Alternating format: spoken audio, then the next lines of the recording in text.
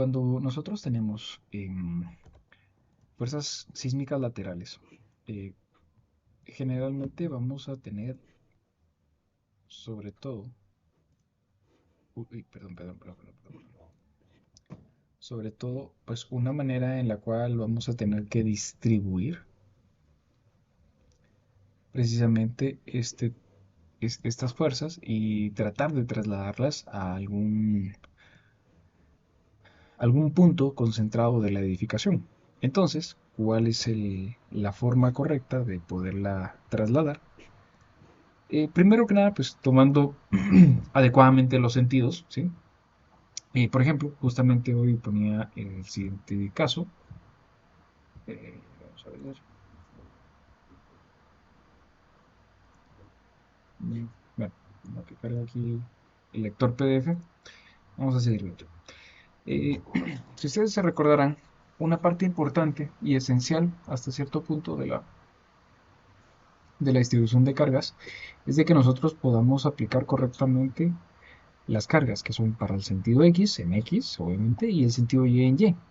¿Pero qué quiere decir eso? Cuando nosotros... vamos a ver, esto lo veo bastante bien.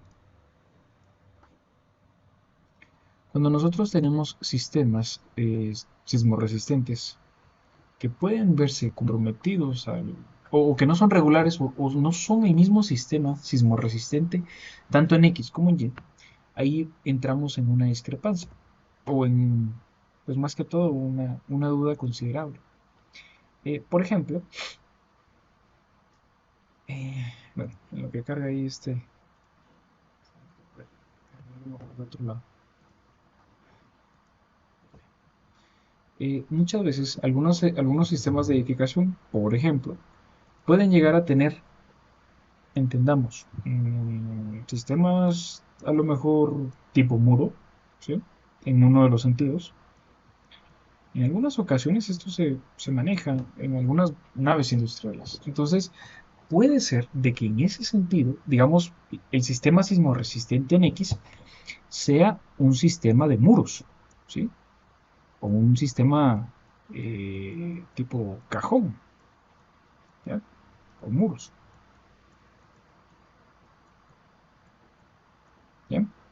En cambio, si nosotros, por ejemplo, idealizamos de que por un momento vamos a anular este eje B de columnas y digamos que pues vamos a proponer algo así como una viga o un techo a dos aguas, le llamamos acá, o con doble inclinación, ¿sí? Para formar algo así como una nave industrial. Esto puede ser. Es una tipología estructural pues frecuentemente utilizada por centros comerciales, bodegas, naves industriales, etcétera, etcétera. ¿Sí? Entonces, ¿cuál va siendo el detalle en estos puntos? De que precisamente nosotros deberíamos de considerar que en el sentido X vamos a tener un sistema de muros de alta, baja o intermedia de utilidad. Y en el sentido Y, nuestro sistema resistente es un sistema de marcos, ¿sí? Entonces, eso se los explico porque cuando empezamos a calcular los sismos, debemos de verificar la correcta ubicación del sentido sismoresistente y por ende, cuando ya tengamos la información de este sistema sismoresistente, vamos a afectar directamente esta gráfica, que es la de las aceleraciones. Tenemos una aceleración, S sub ds, que es la aceleración máxima para periodos cortos, y esta pues obviamente nosotros la reducimos por un factor de reducción R. Eh, Cuando tenemos algún sistema, como en el caso anterior, en sentido X de un tipo, a lo mejor el R podía resultarnos para un sentido X, en, ¿qué les digo yo? En el sentido X, a lo mejor esto de muros puede ser un sistema R de 3.5, de 4 o de 5, no sé. Y en cambio, en marcos, que son o pueden permitir un poco más de utilidad, a lo mejor estamos llegando a un R de 8. Entre un R de 4 y un R de 8, pues ¿qué es lo que pasa? Que es la mitad de aceleración, ¿sí? Entonces, cuando empezamos a calcular acá, pues obviamente no es lo mismo. Si yo tengo un valor aquí de, ¿qué les digo? El clásico ejemplo que poníamos de 8 metros segundo cuadrado, que más o menos es como un 0,80 y, creo 85, hicimos la vez pasada del ejercicio, vamos a ver. 8 dividido 9,81 me da 0,815 de G. Recordemos que todas estas medidas están expresadas en Gs de gravedad, ¿sí? Bueno, entonces si 0,815 lo multiplicamos por 9,81 nos dan más o menos 8 metros segundo cuadrado de aceleración. Y pues obviamente la aceleración que va a llegar al sistema sismo resistente es la que nosotros afectemos por el valor de reducción R. Entonces, si nosotros dividimos ese 8, pues dentro de un sistema de marcos que tenía un R de 8, pues vamos a tener un metro segundo cuadrado.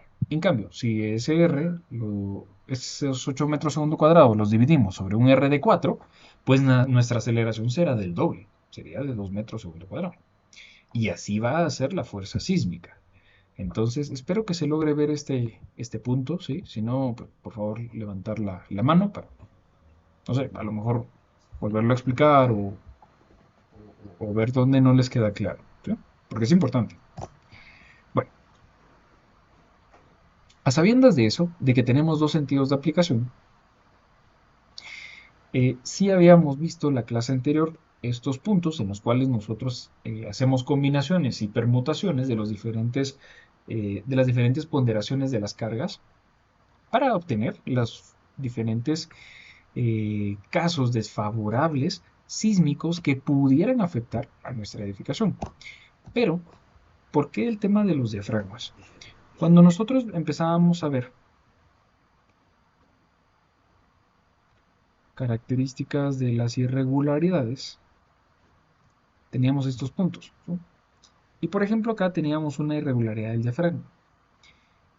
Básicamente, pues cualquier fuerza lateral que afecta a nuestra edificación, entiéndase esta elevación, aquí tenemos una fuerza, generalmente vamos disminuyendo las fuerzas laterales conforme así es la altura, ¿sí? Hasta llegar a apenas una mini fuerza, aquí casi, tal vez no nula, pero sí bastante bajita en el último entrepiso.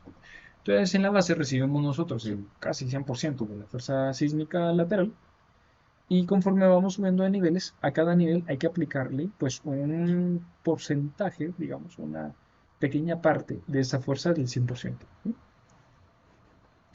Pero cuando nosotros dirigimos las fuerzas a los entrepisos, que es normalmente donde digamos que matemáticamente se asignan por facilidad de cálculo, siempre es así, empezamos a conseguir una distribución de fuerzas. Y disculpen, solo voy a cerrar esto. Y mi lector ya nunca funcionó.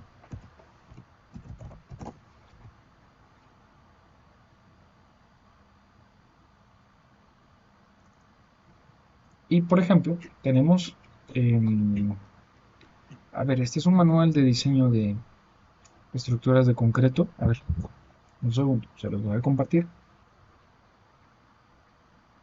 Después se me olvidó.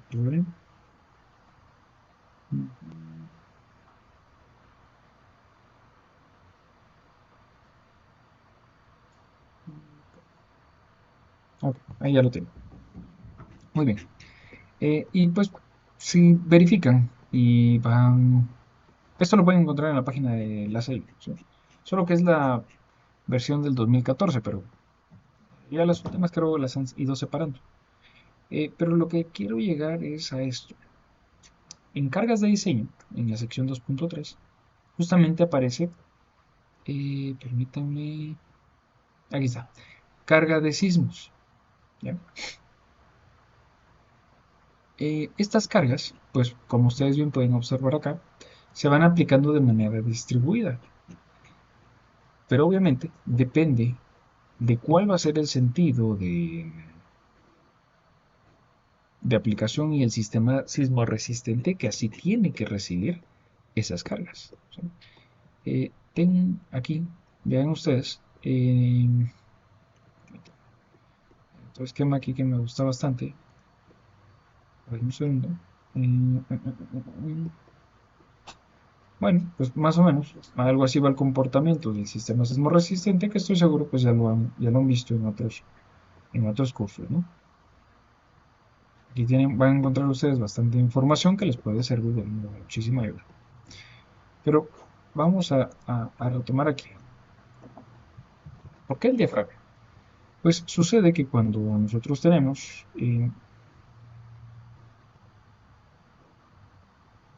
acá, el sentido de aplicación de cargas, pues nosotros debemos de distribuirlo dependiendo, primero, del sentido, si es X o Y, una combinación que busca encontrar puntos vulnerables de nuestra edificación,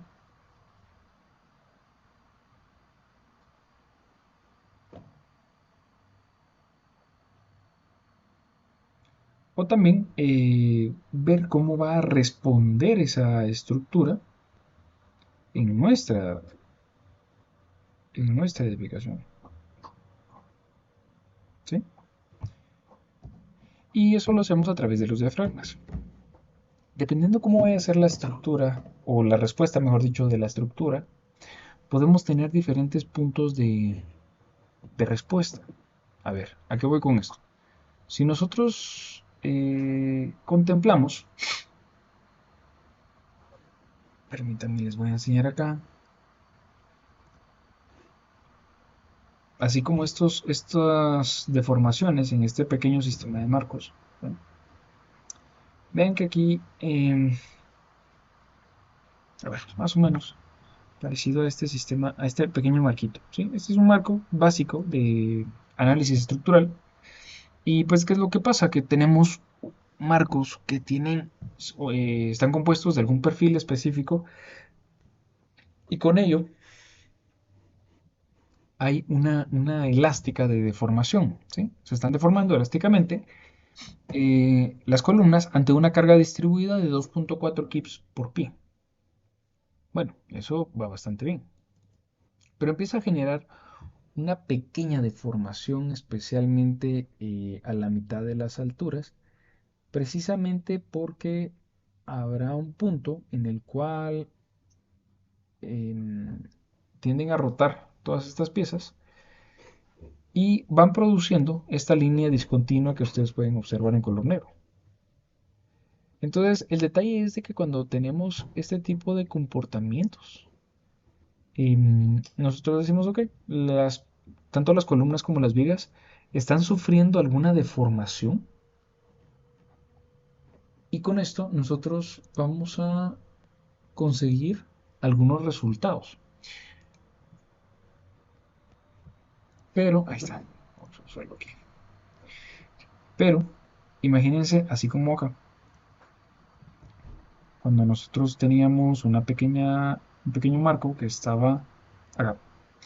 Este marco, el cual ha sufrido un desplazamiento del suelo debido al sismo, ha generado que la columna, perdón, esto está mal dibujado aquí,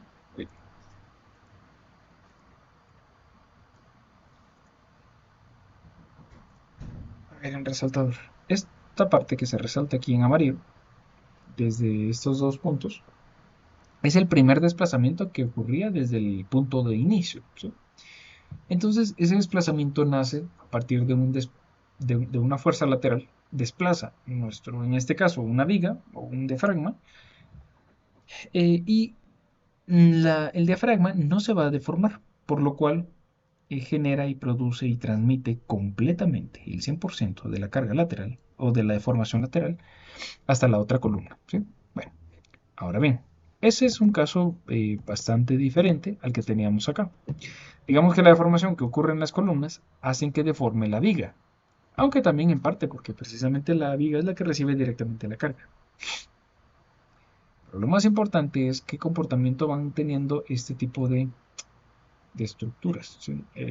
Por ejemplo, acá, bueno, tenía un pequeño marco deformado aquí. Bueno, tal vez este no vale tanto la pena revisarlo, pero lo más importante es lo siguiente. Si yo tengo un diafragma rígido, lo que va a pasar es de que toda mi estructura se va deformando, pues es un entrepiso más rígido y por lo tanto no es tan fácil de formarlo. Tiende a ser como el ejemplo donde la viga se desplaza, el que se les resaltaba en color amarillo. Y en cambio, cuando son diafragmas flexibles, es como el ejemplo de la aplicación esta de OneNote, donde aparecía el marco deformado aquí, ¿sí? Aquí en el análisis aproximado. Donde más o menos, pues más o menos va algo de esta forma, ¿sí? Las vigas deforman a su sentido, forma y gana, ¿sí? Como acá. Y eso pues genera un comportamiento flexible. Muchas veces los diafragmas que son flexibles absorben una buena parte de las derivas que no es del todo bueno. Digamos que uno lo que busca generalmente son diafragmas rígidos, generalmente, no siempre, porque son los que permiten transmitir de una manera más em, práctica las deformaciones. Hay un, vamos a ver, hay un pequeño apartado acá. Eh, un segundo. Vamos a ver si me sale aquí rápido.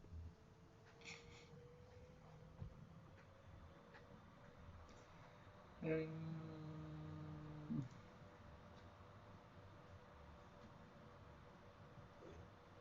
a ver, bueno, en lo que busco aquí les explico de este lado.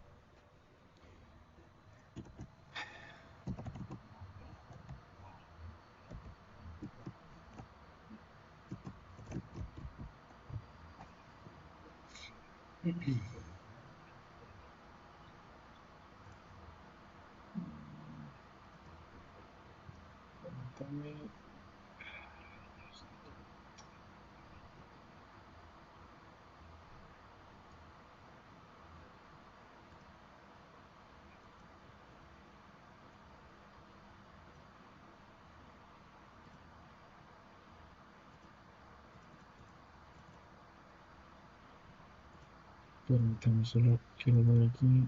Ay, un segundo, disculpen. En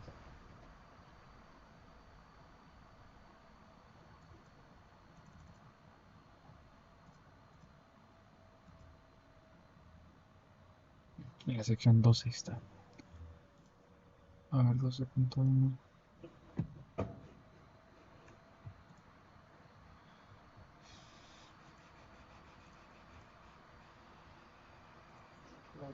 Aquí estamos. Vamos a ver. Perdonen ustedes, solo les estaba buscando aquí la referencia. Cuando ahorita estamos visualizando el ASCE 722, ¿sí? En la sección o capítulo 12,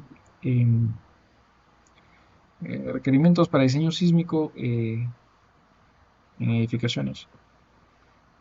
Pues lo que vamos a tener acá es algunas características que ya hemos empezado a ver, ¿sí? Como por ejemplo, el coeficiente de modificación de la respuesta R, ¿sí? El coeficiente de reducción, el factor de sobreresistencia, que es una omega, es un omega sub 0, y el factor de amplificación por deflexión, ¿sí? Elástica. Pero especialmente cuando se refiere a los diafragmas, permítanme aquí con el buscador para irnos un poquito más rápido. Aquí está. Vamos a ver conexión a los apoyos. Diagramas. No,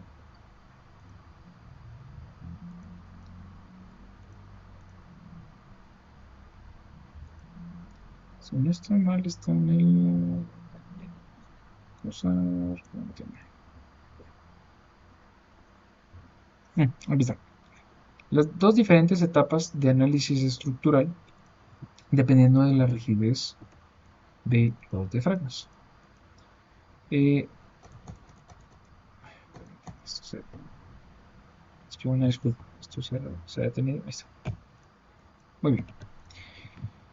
Tenemos dos maneras en las cuales nosotros podemos contemplar la distribución equivalente de fuerzas laterales y como ustedes lo van a poder revisar precisamente en este apartado de del capítulo 12, el 12.2, nosotros vamos a tener esencialmente que los diafragmas van a ser aquellos sistemas de entrepiso que están encargados de transmitir las fuerzas laterales y distribuirlas hacia algún sistema o elementos verticales, por ejemplo, muros o columnas.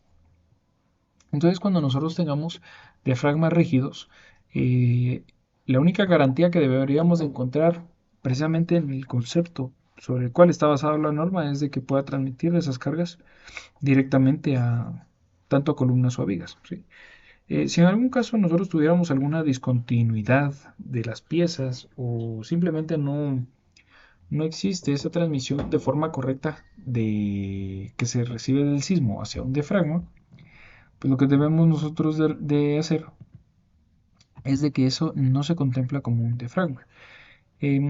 Generalmente los diafragmas tienen que cumplir ciertos criterios que son los que pues, están descritos por acá, ¿sí? Y tales como, vamos a ver, aquí está. Las fuerzas de diseño sísmico hacia los elementos o piezas verticales en cada dirección horizontal deben de ser tomadas como la sumatoria de todas estas fuerzas. Lo que pasa es de que en algún punto nosotros todo, sacamos todas las fuerzas acumuladas y las tenemos que distribuir, que era más o menos la forma escalonada que les hacía con las flechas en su momento. Va a ser más fácil cuando lo veamos con cálculos.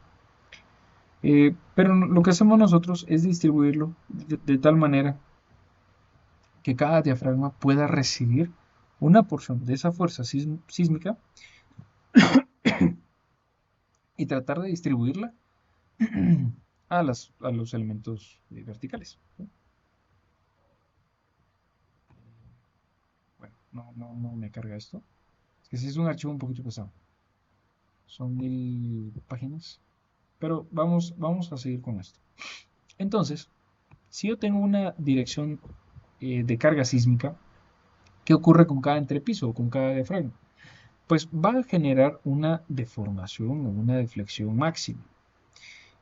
Pero depende mucho. Si nosotros tenemos un diafragma que sea rígido, pues generalmente los diafragmas rígidos deforman junto con las columnas. Es decir, que la deformación viene a ser equitativamente distribuida entre ellas. Mientras que los diafragmas flexibles, el diafragma de por sí solo se deforma de manera un poco más libre. Esto no es del todo bueno para transmisión de fuerzas. Es algo que procuramos no suceda, ¿sí? Em,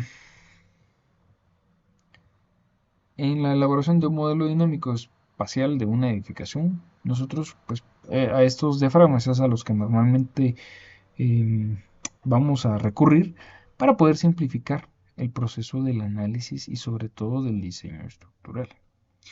Ya se irán dando cuenta, conforme vayamos haciendo algunos diseños, de que mucho de lo que nosotros procuramos realizar en alguna medida es tratar de simplificar sobre todo ese proceso de diseño. Resulta muy complicado el tener que estar calculando muchas veces edificaciones bastante complejas y si nosotros podemos eh, pues reducir u optimizar ese tiempo invertido en diseño, esto es una buena práctica. Nos ayuda a reducir bastante y lo que hacemos es tratar de garantizar la precisión eh, en el resultado de la edificación, ¿sí? Depende de la configuración estructural y de la relación entre la deformación máxima y relativa en el mismo plano. Y aquí tenemos dos ejemplos sobre algunos modelos, donde tenemos un diafragma flexible. Notarán ustedes que aquí hay una abertura considerable en tamaño, y esto de por sí ya cumple o ya entra, perdón, dentro de una irregularidad de diafragma. Aunque además, noten ustedes cómo tiende a deformar respecto a las columnas. Es decir, aquí nosotros, donde estoy tratando de resaltar, logramos ver bastante deformación proveniente de las columnas. Aquí se logra observar que donde está el cursor fue donde ha impactado la fuerza lateral.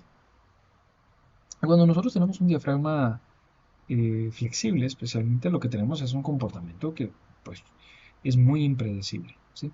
Se puede formar de manera bastante, perdón, de bastante con bastante flexibilidad, perdón. En cambio, cuando tenemos un diafragma rígido, lo que pasa con ese diafragma es de que trata de deformar toda la edificación en un mismo sentido. Entonces esto resulta ser pues eh, mucho más práctico, ¿sí? Porque logramos distribuir de mejor manera las fuerzas. Y bueno, a nivel constructivo, ¿cómo se tiene que hacer esto? Generalmente, las formas en las que se enseña a diseñar losas o columnas, vigas, todas de hecho están contemplando que sean diafragmas rígidos. De hecho, la metodología tradicional que uno utiliza para aprender a diseñar edificaciones de concreto, por ejemplo de acero, tienden a ser diafragmas rígidos en su mayoría, de hecho casi un 100%. Pero si ustedes buscan un punto de comparativa, les voy a mostrar acá.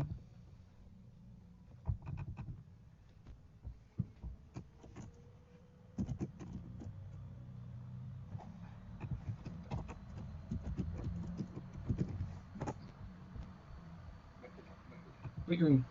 ¿Sí, sí? Este, cuando se tiene en un piso una losa o una lámina troquelada, ¿qué se considera un diafragma rígido? Si su lámina troquelada es con el fin de que sea steel deck o los acero, o lámina troquelada Sí, tradicional. es, es una losa, o sea, cuando por ejemplo es una losa de acero con perfiles, por ejemplo, sé que, o sea, la lámina está apoyada sobre esos perfiles, Ok, sí. pero sí, la estructura sí tiene bastante irregularidad. Entonces, en ese caso, se tendría que considerar un diafragma flexible, ¿verdad? No, no necesariamente. De hecho, por eso ahora le explico. Es una muy buena pregunta. Vean ustedes. Eh, por lo menos nosotros acá, que de hecho eso lo pueden revisar en el capítulo 17 de la ASC. Bueno, creo que es bastante común que nuestras normas sean una traducción, pero es más fácil explicarlo aquí. Vean ustedes, los diafragmas en la estructura, eh, eso está en nuestra norma, pero me gusta por esta definición, que yo creo que le va a dar una muy buena respuesta ahí a José.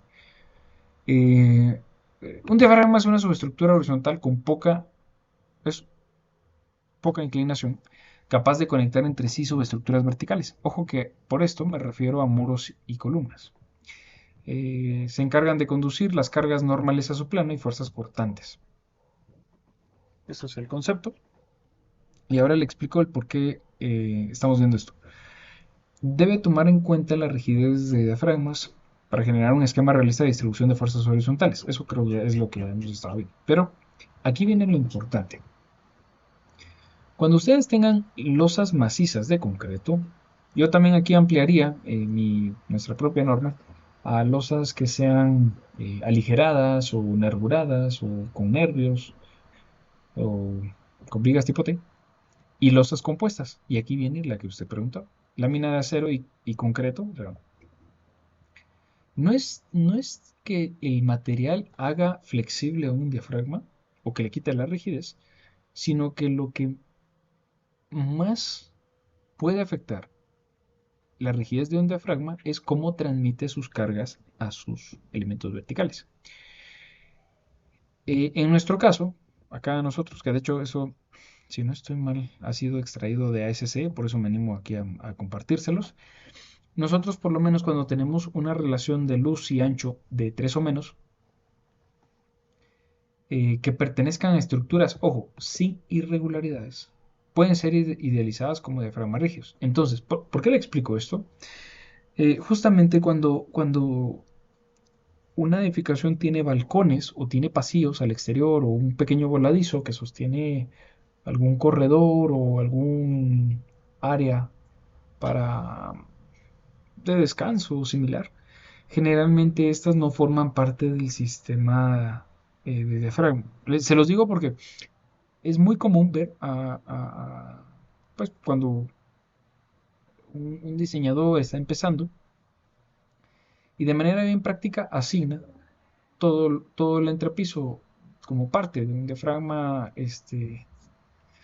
eh, rígido, y muchas veces no necesariamente va a ser de esa manera porque precisamente hay de hecho es el video que les compartí el día viernes, ¿sí?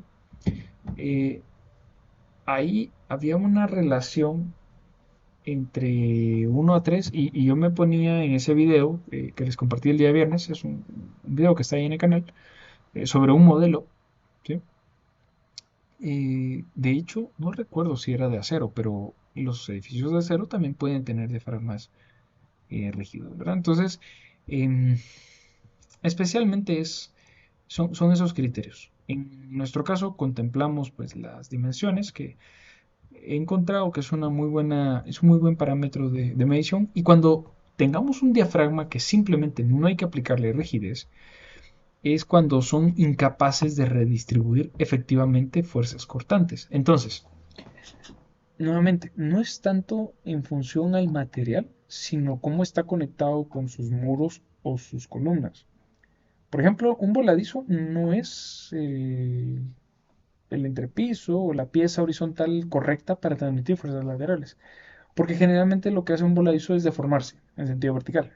Eso es lo primero que le pasa. Entonces nunca estos voladizos o estos corredores o estos balcones en los edificios pueden ni tienen la capacidad de transmitir efectivamente fuerzas laterales, ¿verdad? En su propio plano. Aparte de las fuerzas cortantes que sí generan en sentido vertical, esas sí, esas hasta les sobran, ¿no? Em, los enlaminados sin loseta y las cubiertas de madera no tienen rigidez en su propio plano. Ojo, cuando aquí hablamos de enlaminados, pues generalmente esta parte de nuestra norma, pero yo lo digo que es para todas las normas, hace referencia a, por ejemplo, naves industriales que tienen techos de lámina. Por eso le preguntaba si era lámina con fundición o sin fundición. Porque cuando nosotros tenemos láminas o techos enlaminados, naves industriales o bodegas, pues generalmente se colocan una lámina troquelada, sin topping, sin fundición, sin concreto. O sea, solo es la lámina, ¿sí? Entonces, estas láminas normalmente, si reciben una fuerza lateral, lo que hacen es primero deformarse, porque no son rígidas. Entonces, ellas tampoco pueden transmitir correctamente una fuerza. Por ello es de que esas también las vamos a descartar de los diafragmas y se quedan afuera, ¿sí? Em, bueno, aquí hay algunos casos que pues, solo hay que contemplarlos en el modelo de análisis, pero ya son bien puntuales. Ok, entonces, si nosotros seguimos acá con los conceptos de los diafragmas, pues lo que vamos teniendo es, especialmente acá, esos diferentes puntos y formas de aplicación. Y ya para terminar, contamos con las irregularidades estructurales. Ya habíamos visto algunas, pero tenemos todavía un par más.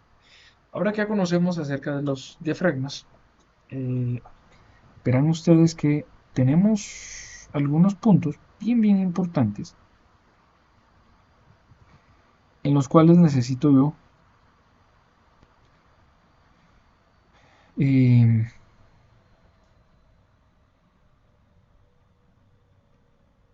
puedan ubicar ustedes estos puntos. Miren, cuando nosotros colocamos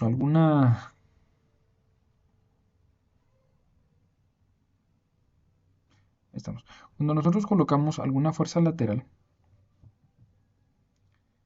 em, lo que vamos a hacer es tratar de distribuir los desplazamientos según la capacidad resistente que tenga nuestro sistema estructural. En este caso, nosotros contamos con una edificación en planta, ¿sí? Y de esta, lo que vamos a hacer es obtener una respuesta de deformación que nos va a indicar qué tanto se desplaza nuestra edificación. En algunos casos puede ser que nosotros, digamos, tengamos una concentración de muros en este punto que resalto en amarillo, pero a lo mejor podemos llegar a tener un sistema que tenía, a lo mejor, ¿qué les digo yo? Algún tipo de ingreso, algunas entradas en este extremo. Entonces, lo que hace esto es, eh, generalmente lo que hace esto es ser más flexible o permitir un desplazamiento mayor en uno de los dos ejes. Porque no necesariamente nosotros vamos a tener el mismo sistema en los dos sentidos, que era lo que les platicaba. ¿Sí? Ahora bien, esto lo que va a hacer es producirnos dos tipos de derivas. Una deriva máxima, deriva me refiero al desplazamiento, ¿sí? Entonces vamos a tener una deriva máxima y aparte vamos a tener una deriva promedio. La deriva promedio, pues va a ser, obviamente, la suma de la máxima con la mínima y pues dividida dentro de dos. Eso es un promedio, ¿no? En cambio, las máximas, pues lo que debemos de revisar es qué tanto se van a deformar comparado contra la pequeña. Si nosotros tenemos un 20%, vamos a ver, se los pongo de esta manera. Si la deriva máxima es menor a la deriva promedio por 1.20, entonces nosotros, según la SCE, indicaremos que no tenemos irregularidades. Por lo tanto, no tenemos que afectar nuestro factor de modificación de respuesta, así como tampoco aumentar el sismo. Si nosotros tuviéramos una irregularidad donde si multiplicamos la deformación promedio por 1.20, tenemos esa deformación máxima y es menor a 1.4 la deriva promedio, decimos que estamos dentro de una irregularidad. Y si superamos 1.4 veces la irregularidad promedio, vamos a indicar que tenemos una irregularidad extrema. Ese es el peor de los casos, en el cual ya se debe de empezar a modificar y afectar muchos otros parámetros que contemplan especialmente las fuerzas sísmicas. Entonces, ¿cuál es el problema o el inconveniente en estos casos? De que vamos a tener que controlar y generar sistemas sismoresistentes muchísimo más elevados, muchísimo más grandes, ¿sí?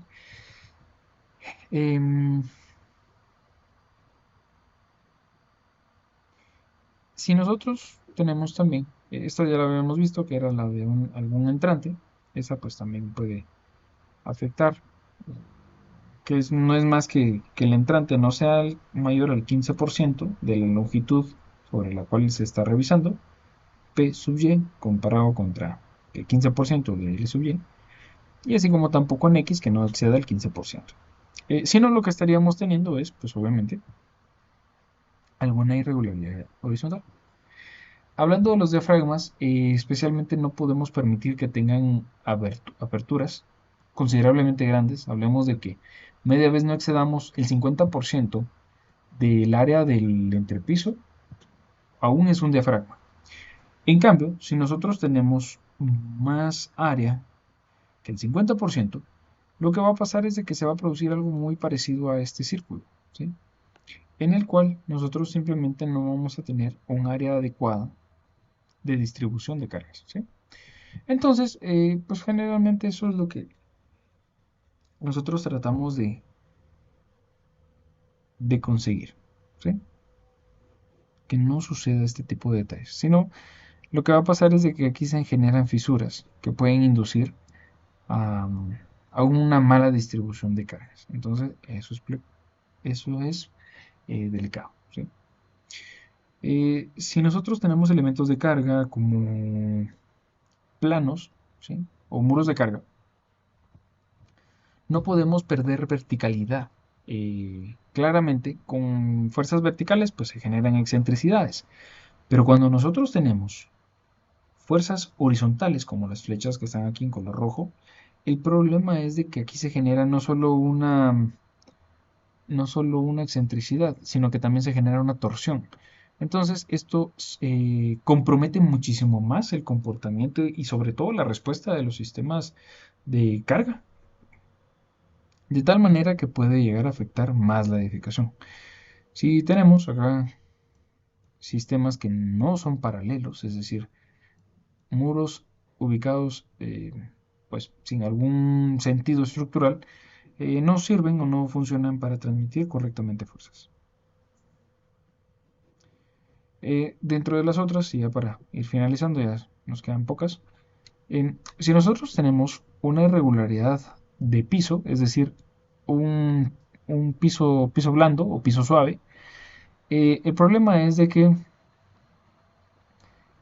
lo que va a hacer es de que amplifica generalmente las deformaciones o las derivas. Entonces, mm, si nosotros tenemos de que la rigidez de cualquier nivel es menor al 70% de la rigidez del siguiente nivel o el 80% eh, del promedio de los siguientes o anteriores tres niveles, podemos clasificar eso como una irregularidad de elevación, de piso blando. ¿Sí? Y una extrema pues sería cambiando un poco los porcentajes, en vez de 70 pasa a 60 y en vez de 80 pasa a 70. Eh, si nosotros tuviésemos una masa altísima concentrada, así como este rectángulo que tenemos aquí en color rojo, pues lo que va a pasar es de que vamos a tener que ahí al momento de discretizar la masa va a ocurrir una amplificación. El problema de una amplificación de masa al momento de discretizarla es de que ésta puede generar una amplificación de vibración ante fuerzas laterales. Entonces, ¿cuál es el problema ahí? De que nosotros, pues, al tener masas bastante altas, generan desplazamientos inesperados. Es decir, que tiende a desplazar el edificio, digamos, si fuera en este sentido, mucho más de lo que los otros dos niveles siguientes, superior e inferior, podrían llegar a desplazar. Entonces, esto puede generar un desplazamiento muchísimo mayor y al momento de desplazar de más puede producir pues que las columnas o los muros de carga estén tan inclinados o tan desplazados que ya se generan momentos flectores ahí muchísimo más graves. ¿Sí? Entonces esto también se ve castigado por la norma especialmente y va a existir cuando la masa efectiva de cualquier nivel sea mayor al 150% de la masa efectiva del siguiente nivel, hacia arriba o hacia abajo. Irregularidades verticales, si nosotros vamos contrayendo por más de 130% los niveles, digamos aquí teníamos una medida, luego la contraemos, o la diferencia entre una y otra es 30% del área, 130%, ahí tenemos problemas también. ¿Sí? Igual acá. Podemos tener irregularidades a través de discontinuidad de planos, de tal forma que podemos llegar a tener una gran contracción. Noten ustedes que pasamos en este esquema, este pequeñito esquema, de tener una, dos, tres, cuatro columnas verticales a solamente dos. Entonces el problema es de que cuando nosotros tratamos de hacer la distribución de fuerzas horizontales que vienen en este sentido, simplemente no se cumple de manera correcta, porque lo que porcentualmente hay que ir disminuyendo para producir esa forma escalonada de fuerzas, cuando tenemos mucha reducción, son muy pocos marcos los que van a resistir todo ese punto. Entonces, nosotros mismos estamos generando un eslabón débil en toda esa cadena resistente a fuerzas laterales. Y ya para terminar, irregularidades verticales, pues estas las vamos a tener cuando eh, tengamos piso fuerte y piso débil, como generalmente se le conoce en nuestras normas. Cuando la fuerza lateral de cualquier nivel sea menor al 80% de su capacidad resistente referente al siguiente nivel. Entonces, ¿qué es lo que pasa ahí? Pues en algunas ocasiones, si se le hace una contracción o una reducción de sección o capacidad resistente a la columna, pues nosotros podemos llegar a inducir también a través de Nuevamente, el mismo concepto, meter un eslabón débil en toda nuestra edificación, de tal forma que esto pudiera generar una, un efecto en el cual pues vamos a tener problema al momento de tratar de resistir con muros o nuestras columnas del sistema sismo resistente. ¿Sí? Básicamente eso es lo referente también a las irregularidades. No sé si alguien tiene alguna duda, aprovechando que todavía tenemos aquí la diapositiva.